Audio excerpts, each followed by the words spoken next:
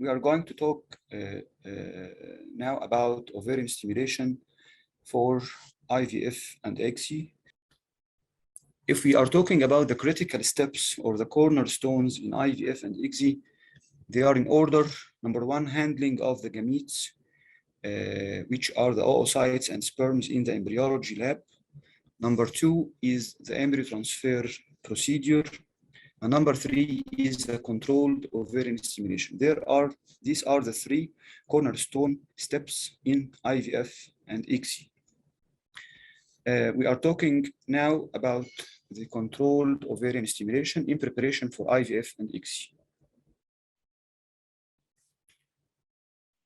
The talk will include ovarian response or ovarian reserve testing, pre-stimulation treatment, ovarian stimulation protocols, adjuvant medications, monitoring of ovarian stimulation, triggering ovulation, and lastly, luteal phase support.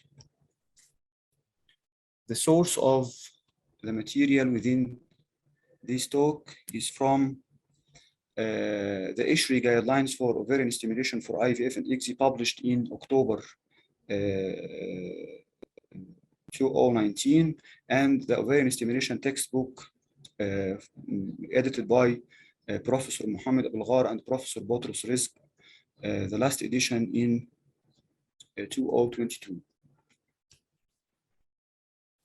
Let's start with ovarian response testing.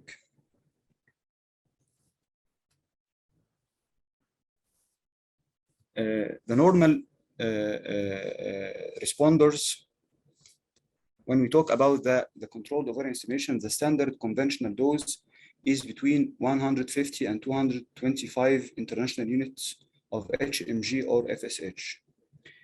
If the patient is expected to produce more than 18 oocytes, or she has more than 18 follicles, more than 11 millimeter on the day of trigger, she's categorized as high responder. If she is to produce less than or equal to 3 oocytes, or if she responds by less than or equal to 3 follicles on day of trigger, she's called poor or low responder. And if she produces between 4 and 18 oocytes, she's called average responder. The parameters which predict the ovarian response or the ovarian reserve: age, body mass index, antral follicular count, basal FSH, basal estradiol, anti-Mullerian hormone, basal inhibin B. If we are talking what is reliable and what is not reliable, the reliable ovarian test markers are the antral follicular count and the AMH. Other parameters, basal FSH, basal inhibin B, age, basal E2, and body mass index are not reliable or are not even predictor of ovarian response. So we will rely upon two parameters, which are the antral follicular count and the anti-Mullerian hormone. And this is the guideline recommendation.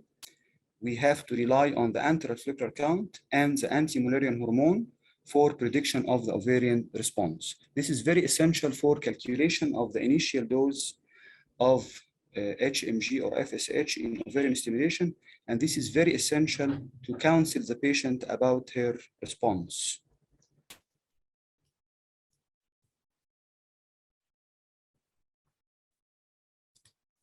If we are talking about the normal values for antral follicular count and the AMH, for the antral follicular count between 7 and 15, this categorizes the patient as a normal responder.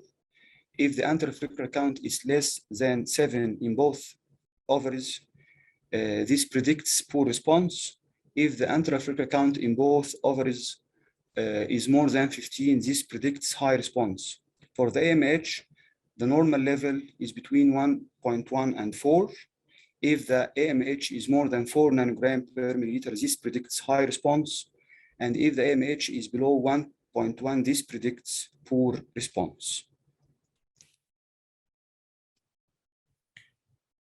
Serum estradiol, as I told you, this is not a reliable test for prediction of ovarian response.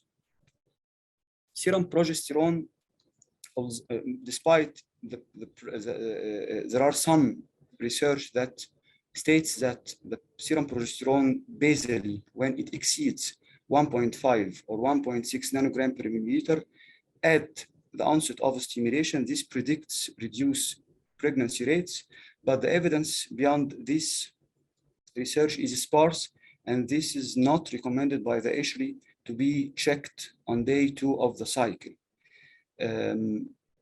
Some research supports this, but the evidence beyond this research is not adequate enough to recommend it.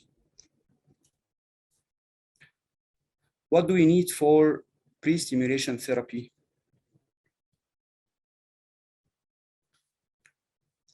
Using estradiol or progestin alone is not recommended before antagonist protocols, and it actually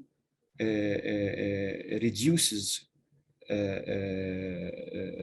the ovarian response in and reduces pregnancy rates in antagonist protocol in particular.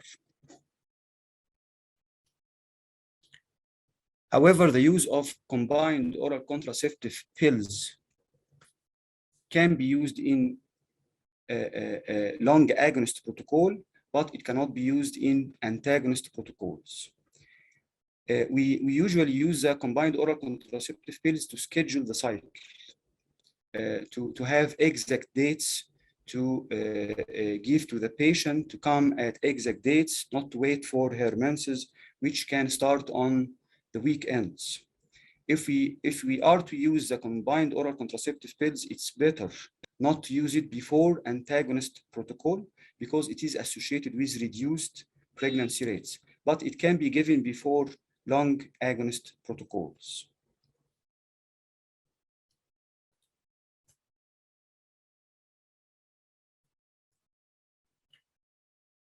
The controlled ovarian stimulation protocols, first, I would recommend that every clinician who manages ovarian stimulation in preparation to IVF and ICSI to use charts similar to that presented. This is very essential in monitoring the ovarian response, monitoring the doses, to state the notes to the clinician, stating the ovarian stimulation cycle within this chart helps a lot in improving the efficacy and adequacy of ovarian stimulation. This is an example of a real folliculometry chart. As you see, we state the dose of the LHRH, the dose of the HMG-FSH, the response of ovarian stimulation in terms of number of follicles and size of follicles. We state here the endometrial thickness, and here if we are to monitor the estradiol and LH during the cycle, the time of HCG trigger, you can see the whole stimulation cycle. Every check you see the patient, you can see how you are going well with the ovarian stimulation cycle.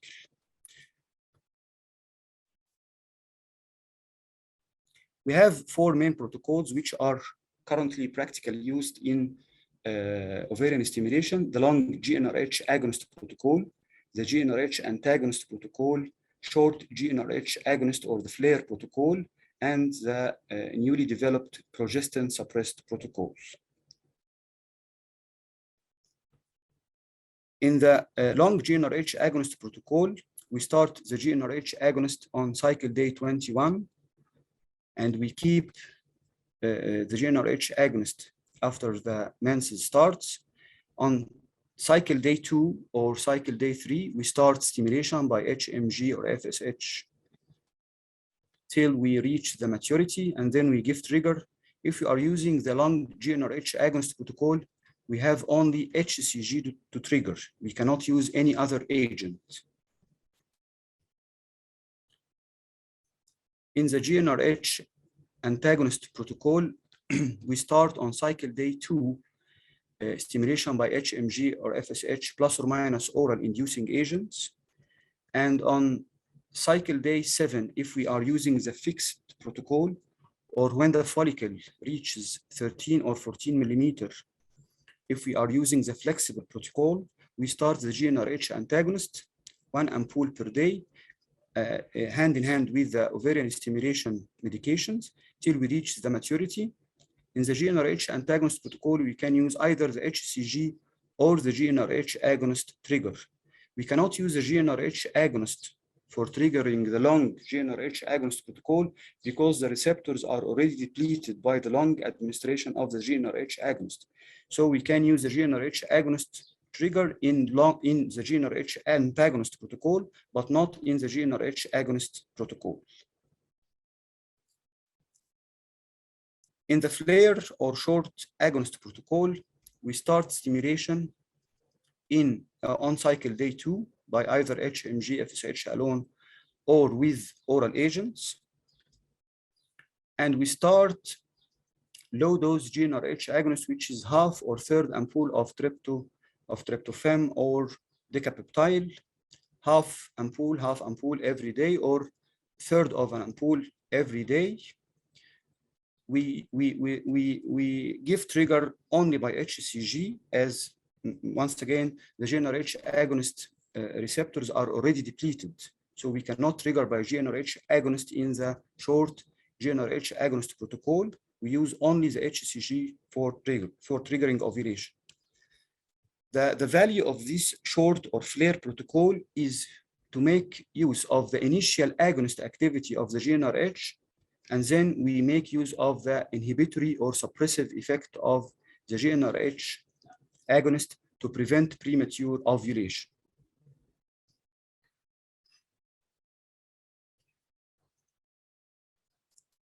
In the progestin protocol, we start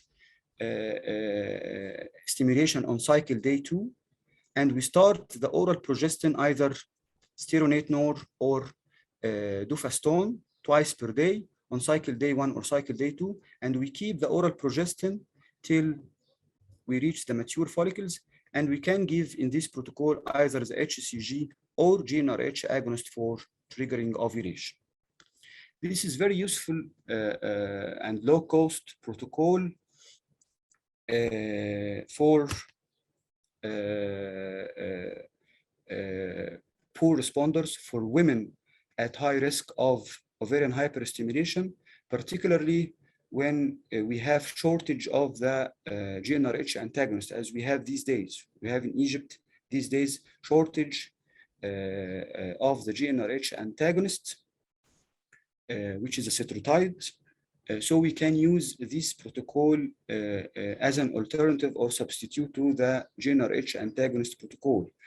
Again, we can use this protocol in poor responders, particularly if we do multiple stimulation cycles.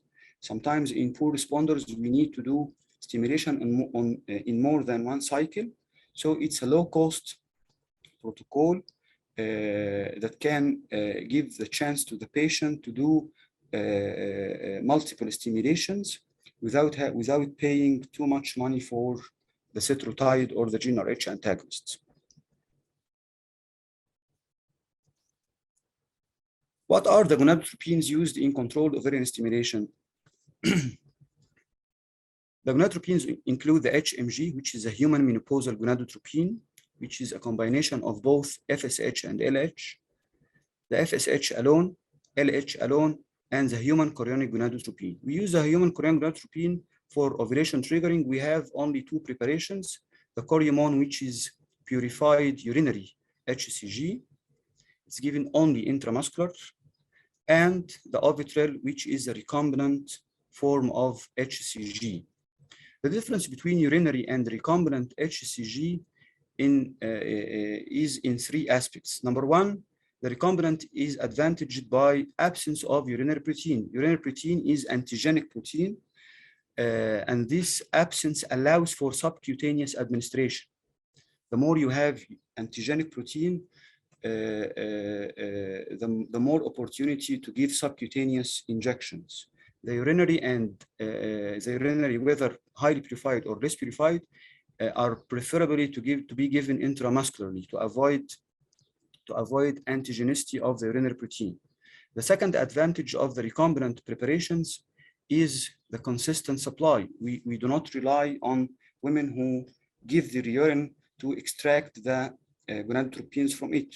We rely on recombinant technology to synthesize such hormones, so we have consistent supply. The third advantage is the less batch-to-batch variability, which affects the efficacy. Urinary-derived gonadotropins are disadvantaged by having high batch-to-batch variability regarding the efficacy. The HMG preparations are only urinary extracted. The less purified, which are given only intramuscular, are the Meronal and the Minogone. The highly purified preparations can be given either intramuscular or subcutaneous, which are the Meriofert and the Minopure. The FSH highly purified preparation is the Fostimon and Purigone. The recombinant preparation is Gonal-F and Gonapure. And LH is present only in recombinant form, which is the Lovaris.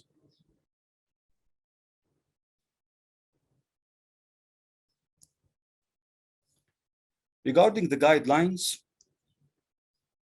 the current guidelines see no difference between FSH and HMG in efficacy for ovarian stimulation in preparation to IVF and ICSI. The use of whether urinary FSH or recombinant FSH is equally effective and equally recommended. These are the ICSI guidelines for ovarian stimulation in preparation for the IVF and ICSI.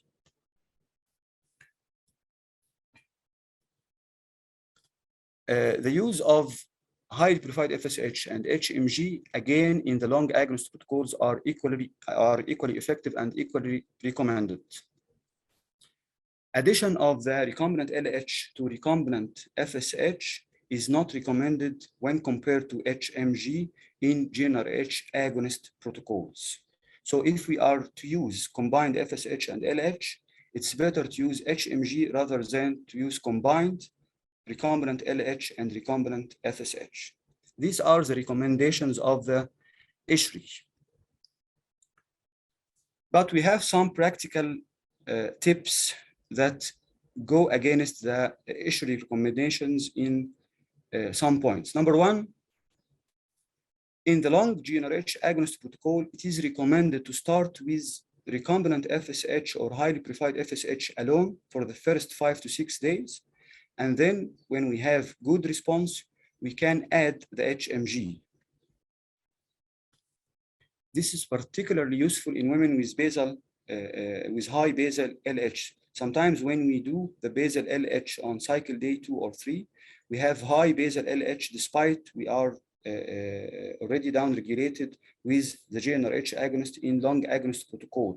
If we have high basal LH, it's preferable to start with FSH alone, whether recombinant or highly purified FSH.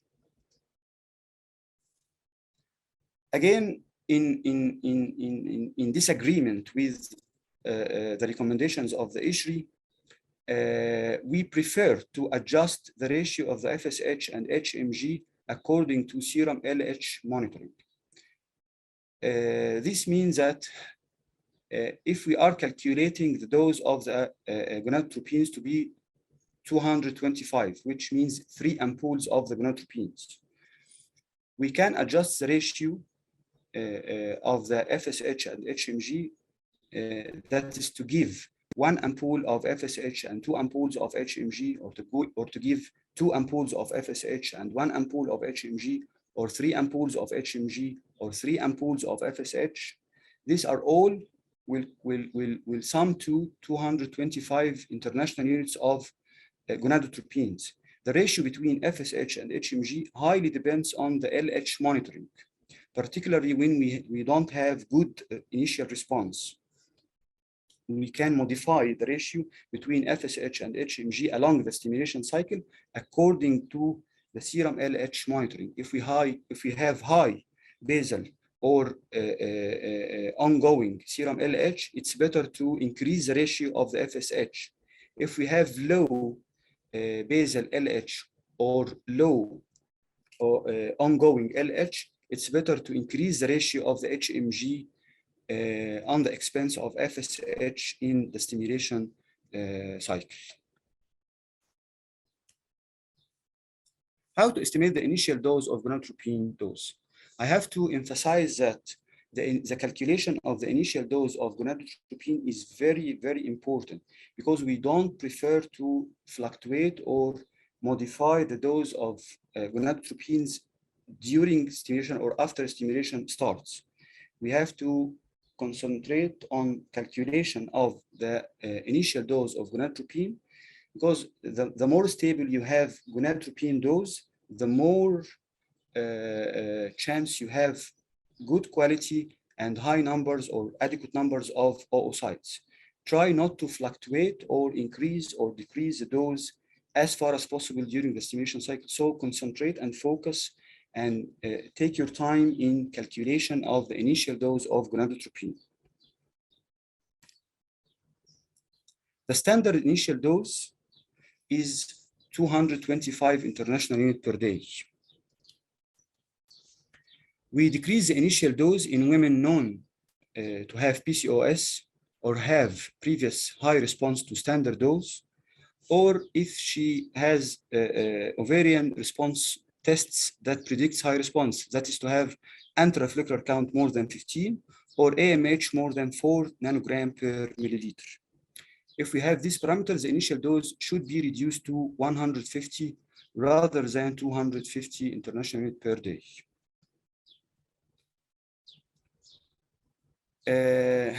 On the contrary, if the patient is above 35 years old, if she had previous poor response to the standard dose, if she has antifollicular count below 7 or AMH below 1.1, if she's known to have endometriosis or diminished ovarian tissue, it's preferable to increase the dose to 300, 370, or even 450 international units per day.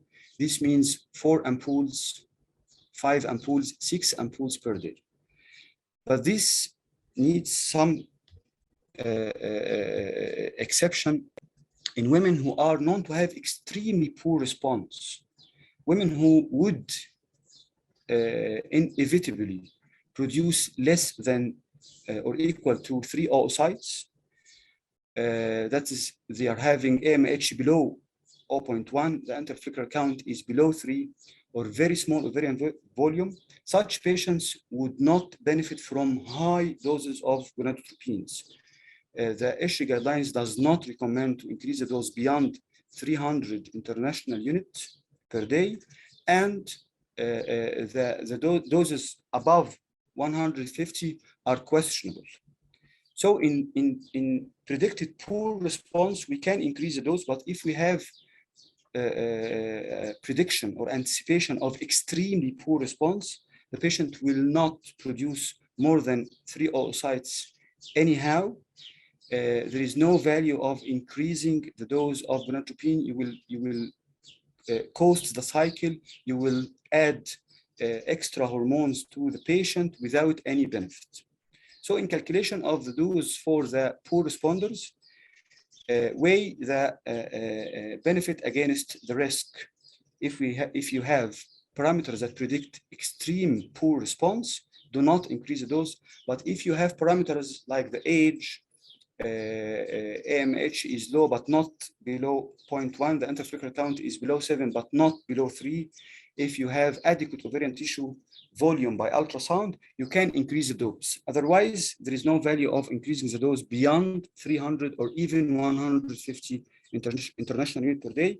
And it's preferable for such patients to do stimulation on multiple cycles to get 2 or 3 oocytes each cycle and do more than one cycle to collect the adequate number of oocytes you need.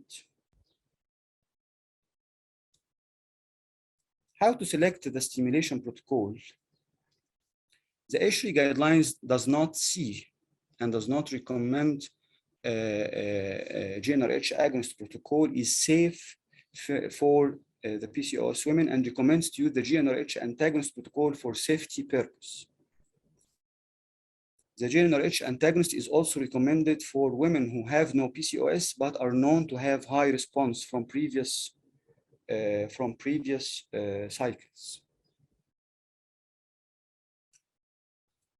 If we are to use the GnRH agonist protocol for any reason, like availability of the drug, you have to reduce the dose, as we mentioned, to the initial standard dose should be no more than 150. And sometimes in women who have very high AMH or who have previous ovarian hyperstimulation on doses like 150 per day, we even reduce the dose to 775 or 87 international units per day. There is no difference in the clinical pregnancy rate or the live birth rate between the GnRH antagonist and GnRH agonist protocol in normal responders.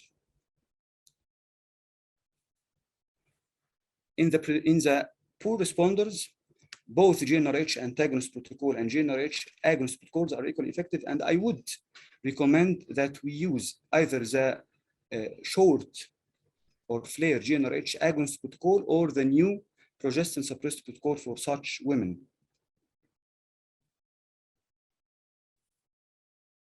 As I mentioned in the stimulation protocols, addition of an oral agent like clomiphene citrate or aromatase inhibitor to the non-pituitary suppressed protocols, which are the GnRH agonist, the short GnRH agonist, and the progestin-suppressed protocols, may boost the response.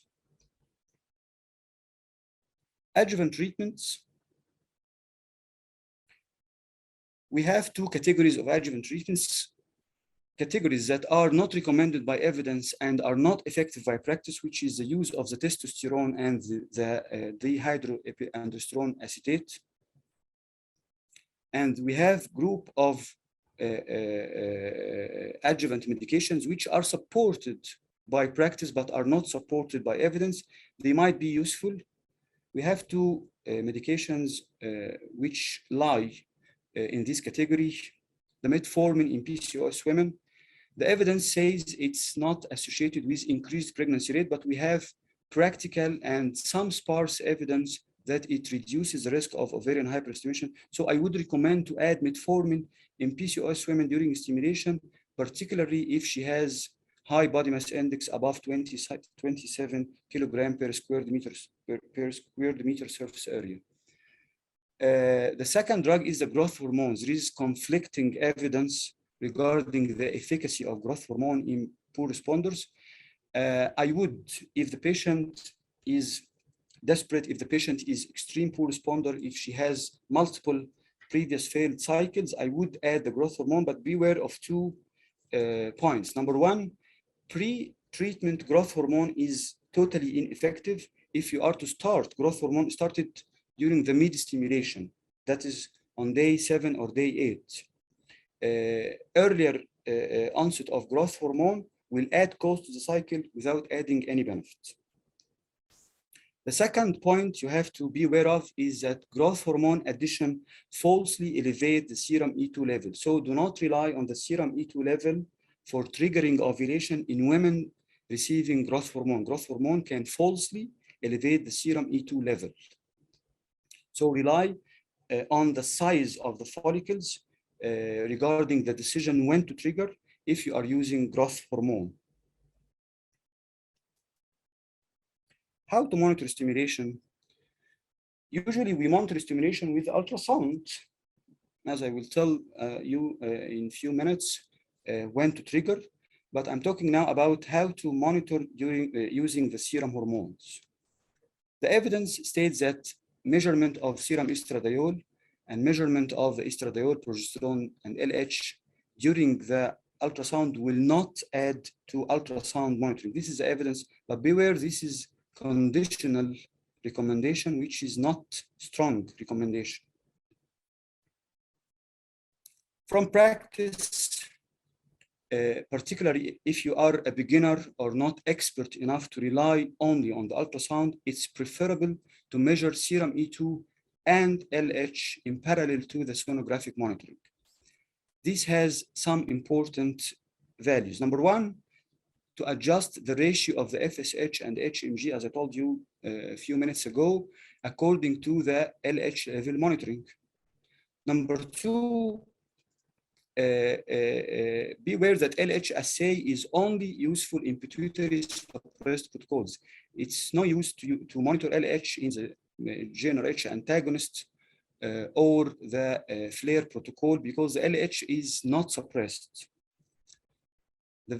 Number 3, proportionate serum E2 level and number of the detected follicle is a good predictor of mature follicles. If you have too low E2, despite the size of the follicle is approaching or reaching the mature size, be aware that you may retrieve immature follicles. You have to correlate between the serum E2 level and the size and number of the follicles before you take the decision to trigger. A mature follicle should roughly produce around 200 nanogram per milliliter of estradiol in the circulation. So correlate between the measured serum E2 and the number and the size of the follicles you see by ultrasound, and make sure that you have adequate E2 in proportion to the observed follicles before you take the decision to trigger. But beware when you measure the serum E2, if you add the estradiol valerate, which is the white tablets of the cycloprogenova or progenova, beware that such medication will falsely again elevate the E2 as the growth hormone. Again, serum progesterone level is not recommended by the ICSI to be monitored, but we have some sparse evidence and we have practical experience that serum progesterone levels above 1.3 nanogram per milliliter on the day of trigger before you give the triggering agent is associated with lower pregnancy rate if you are intending to do fresh transfer.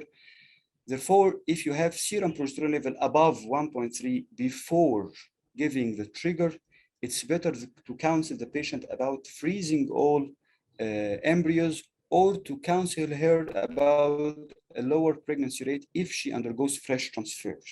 These are all practical points that are not supported by the ICSI guidelines, but again, the ICSI guidelines are regarding this point in particular is conditional and depends on expert opinions rather than strong evidence from studies.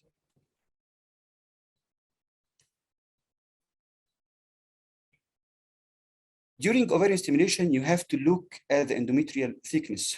Again, the evidence does not support monitoring of the endometrium except on the day of triggering ovulation. Again, these are conditional and good practice point recommendations that are not supported by studies or adequate research. From practice, it is practically recommended to monitor the pattern and thickness of the endometrium with ovarian stimulation if you are intending to do fresh transfer. The target is to have trilaminar pattern of the endometrium and endometrial thickness above 8 milliliter on the day of trigger. This is very essential for successful outcome in fresh transfer. If you are looking at the endometrium during stimulation and you are detecting poor or sluggish endometrial development, you can add estradiol valerate supplementation, which are the white tablets of the progenova. Be aware that you shouldn't give this supplementation too early during initiation of stimulation because they will suppress the efficacy of the FSH and will hinder the stimulation itself. If you are to start the estradiol valerate tablets, you have to wait till you have the size of the follicles beyond 12 or 13 millimeters.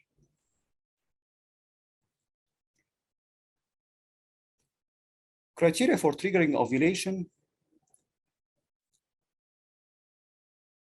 The evidence does not support the use of estradiol or the estradiol follicle ratio alone to decide when to trigger. The evidence sees no value of such measurements, the estradiol or the estradiol follicle ratio. But again, this is conditional and good practice point recommendation. The decision of the timing for triggering is very complicated and one of the very critical decisions during stimulation. It's multifactorial. It depends upon the duration of stimulation, the patient burden, cost, number of the follicles. From practice, consider the following before triggering. Number one, the duration of stimulation should not ideally be less than 11 days. Sometimes when you start stimulation, you reach the size of the mature follicles on day 8 or day 9 of stimulation. Do not rush for triggering. Prolong the stimulation, extend the stimulation for further 2 or 3 days before you trigger, even if the follicles reach beyond 20 or 22 millimeter in dimension. But this is not recommended when you are using the GnRH antagonist protocol. Once you have a number of follicles reaching more than 18 millimeter, it's better to trigger even if you have low duration of stimulation, because you are then at risk of premature ovulation. Again, consider the proportion between serum E2 level and the number and size of the follicles. Each mature follicle should produce 200 nanogram per milliliter in the circulation. So correlate between the measured serum E2 and the size and number of the follicles, and do not give trigger unless you have adequate or close to be adequate proportion. Again, if in the previous cycle response you have retrieved a high proportion of immature oocytes, it's better to prolong stimulation for further 2 or 3 days before you trigger.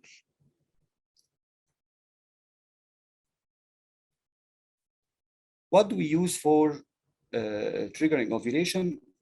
We have urinary HCG, which is a hormone. The standard dose is 10,000 international units, which is 2 ampoules. The lower dose, which is 1 ampoule, 5,000 international units, and higher doses, which is 3 ampoules or 4 ampoules. The recombinant HCG, which is the Ovitrel, the standard dose is 250 international units, which is equivalent to 6,500 international units of the hormone. And we have the GnRH agonist, which are the tryptophan or decapeptide. The standard dose is to give 0.2 to 0.4, which is 2 or 3 or 4 ampoules of tryptophan or decapeptide. The recombinant LH is not recommended at all for triggering ovulation. So we give either the urinary HCG, the recombinant HCG, or the gonadotropin releasing hormone agonist, which are the tryptophan or decapeptide. These are the 3 agents that are used for triggering ovulation. The evidence sees no difference between recombinant and urinary, and the evidence sees no difference in reducing the dose of HCG to 5,000 international units, which we usually use in patients predicted to have high response in order to reduce the risk of ovarian hyperstimulation. Again, practice differs to extent from this recommendation. Both recombinant HCG, which is Ovitrel, and reduced dose of urinary HCG are associated with relatively lower numbers of retrieved oocytes and relatively lower proportion of mature oocytes. So it is not recommended to use the recombinant HCG or the reduced dose of urinary HCG unless you have clear, real risk of ovarian hyperstimulation.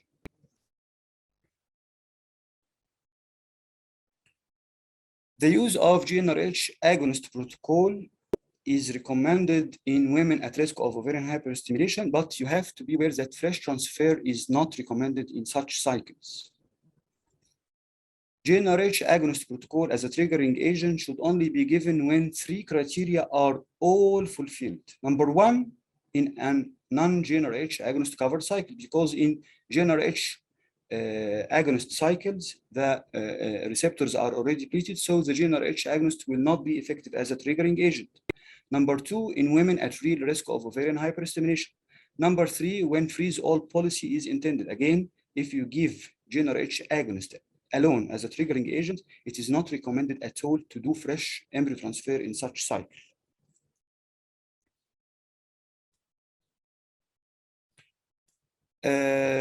Dual trigger means to give both GnRH agonist and the reduced dose of urinary HCG.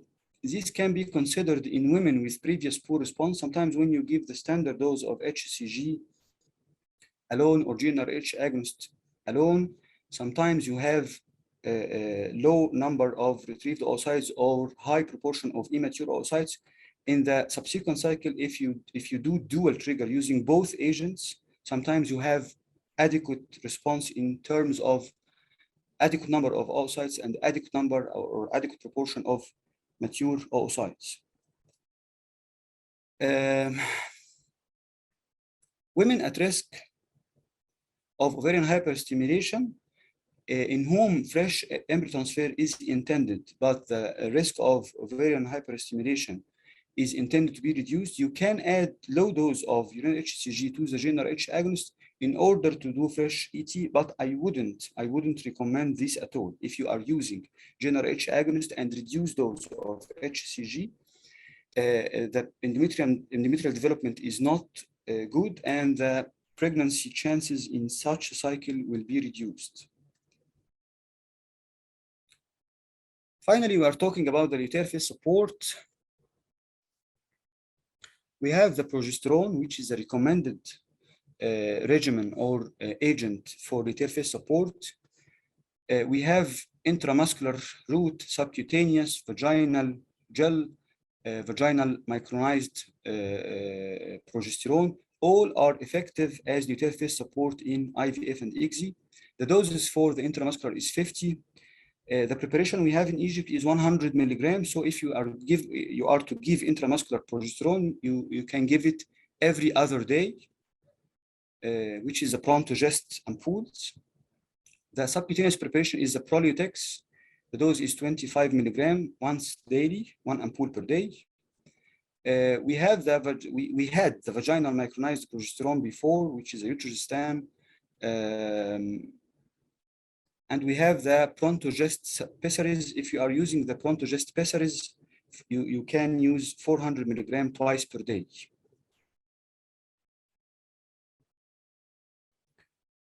Progesterone should be started in the window between the evening of the day of oocyte or day 3 oocyte retrieval. The current practice recommends to start the progesterone supplementation either on the day of oocyte retrieval or on the next day, no later than this day, either on the day of oocyte retrieval or on the second day, and should be continued until the pregnancy test. I would recommend to continue the progesterone supplementation till the luteal placental shift, which usually happens or occurs at 9 to 10 weeks of gestation.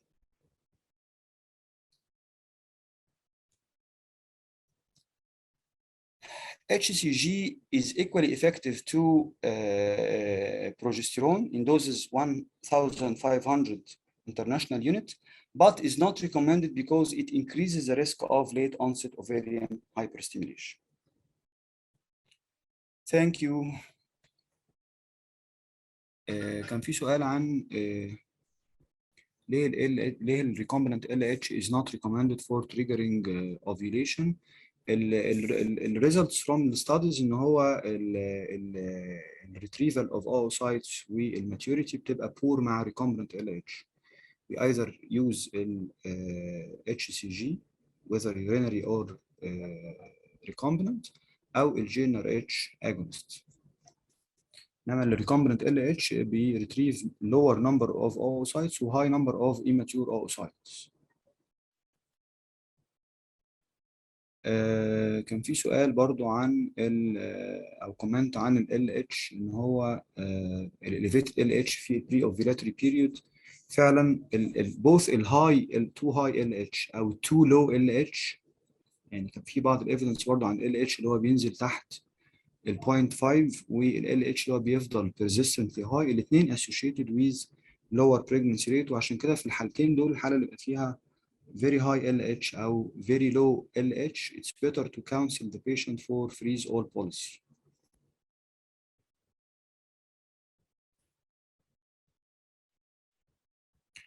ال Progestin-Suppressed Protocol is excellent. هو عيبه الوحيد بس ان احنا خلاص بنفقد الفرصه في الفريش ترانسفير، لكن لا هو excellent alternative to the Antagonist protocol, low cost protocol اليلد بتاعه في ريتريفال اوف اوسايتس هايل، فهو اكسلنت بروتوكول يعني. بس طبعا له البيشنتس اللي هم ات ريسك اوف ovarian hyperstimulation او البور ريسبوندر بيشنتس. في الريسك اوف ovarian hyperstimulation طبعا عشان اقدر ادي تريجر بالجي ار اتش اجونست، وفي البور ريسبوندرز عشان اعمل لها لو كوست سايكل فاقدر اعمل لها ستيميوليشن على اكتر من سايكل وريتريف اوسايتس. البروجستيرون ليفل في الاي في اف سايكل، في سؤال عن البروجستيرون ليفل في الاي في اف سايكل. البيزل ملوش قيمه قوي، البيزل اللي هو بيتعمل مع بدايه الاستيميوليشن ملوش قيمه قوي، لكن اللي هو بيتعمل في التيرمينال دايز اوف سايكل قبل التريجرنج ده مهم. وده لما بيعدي كات اوف ليفل معين، كات اوف ليفل ده عليه اختلاف، لكن هو لو عدى ال 1.3 وفي بيبرز ان هو 1.8 يعني، ده بيبقى معاه associated with lower chances of pregnancy. لو البيشنت عندها limited numbers of embryos I would prefer انها تعمل freeze all وتنقل في سايكل تاني. لو عندها high number of embryos والاندوميتريوم شكله بالالترا ساوند كويس، ممكن نديها الشانس اوف فريش، بس لازم في الناس اللي فيهم هاي بروجسترون ده يبقى عندنا فروزن امبريوز، لازم يبقى عندي فروزن امبريوز لان الشانسز اوف بريجنسي هتقل مع الاليفيتد بري تريجر بروجسترون ليفل.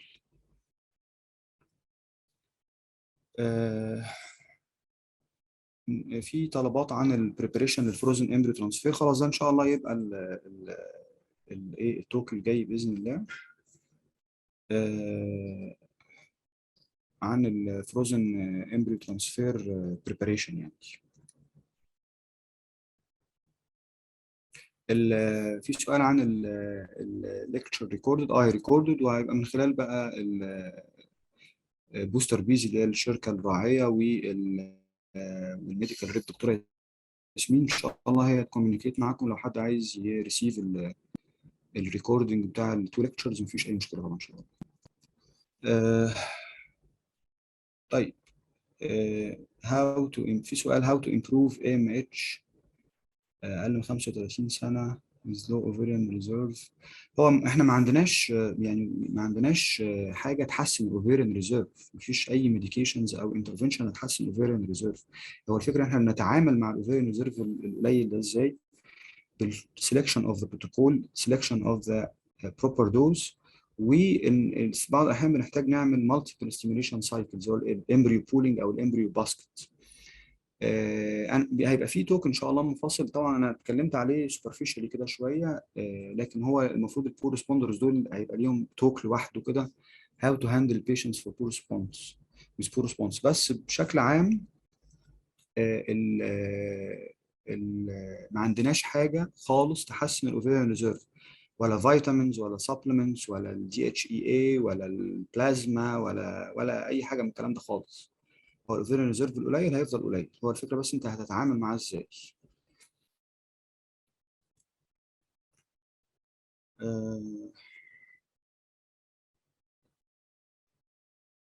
البروجستين برايم بروتوكول لا، لما الاوفيريان هايبر ستيميليشن بيحصل بسبب الاتش سي جي تريجر ده لو هو الايرلي اونست، او بسبب البريجننسي نفسه لو ليت اونست. يعني اوفيريان هايبر ستيميليشن يساوي اتش سي جي سواء اكسوجينس لو اديناها كتريجرنج ايجنت او في الاتير فيس سبورت، او اندوجينس لو حصل بريجننسي.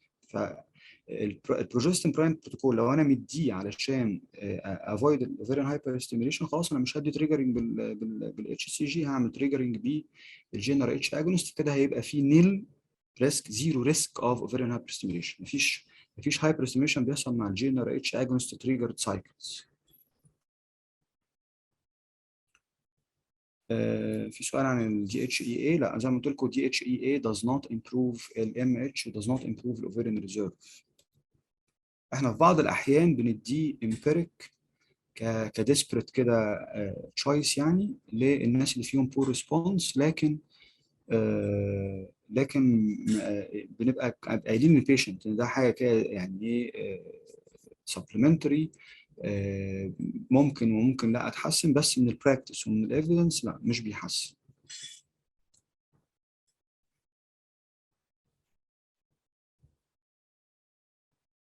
الجروث هرمون الدوز بتاعته 4 انترناشونال يونت، امبول واحد بير داي زي ما قلنا، ما بنبتديوش بلاقي انا في ناس بتكتبه لوحده كده من غير يعني بيشنت جايه كده ببور فيرن ريزيرف، تكتب لها جروث هرمون لوحده كده، تاخده كده شهر ولا حاجه قبل الاستيميوليشن، ده ملوش اي قيمه. وكمان حتى لو احنا ابتدينا استيميوليشن ما بنبتديش من اول يوم، ملوش قيمه برضه، هو بنبتدي من اليوم السابع او الثامن من الاستيميوليشن. ناخد بالنا زي ما قلنا في التوك ان هو ممكن يعلي الاي 2 فولس. طب واخد بالي وانا ببص على الاي 2 ليفل ان ده ممكن يبقى فولسلي اليفيتد بالجروث هرمون.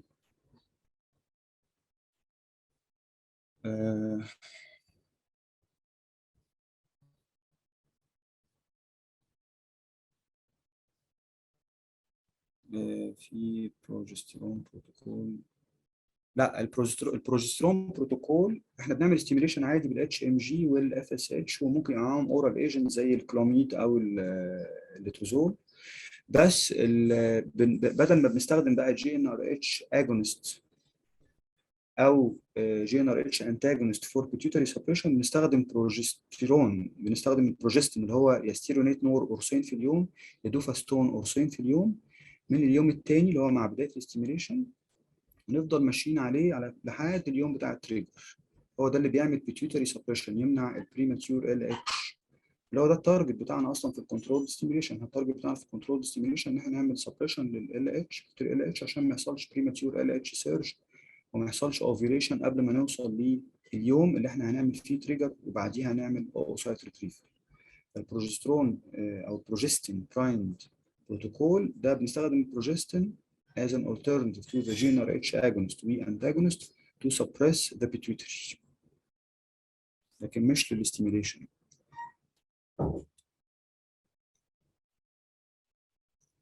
في سؤالين للدكتور طارق كده، يتفضل ان شاء الله يجاوب عليهم.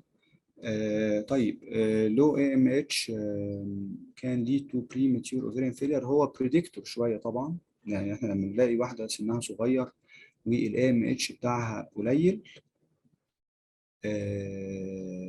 اقل من 1، ده طبعا بريدكتور. عشان كده احنا دايما بنبقى urging such patients ان هم to undergo ICSI، لان هي ممكن يبقى فيها progressive pathology في الاوفري، وده هيبوز هير ان هي to get into premature ovarian failure soon.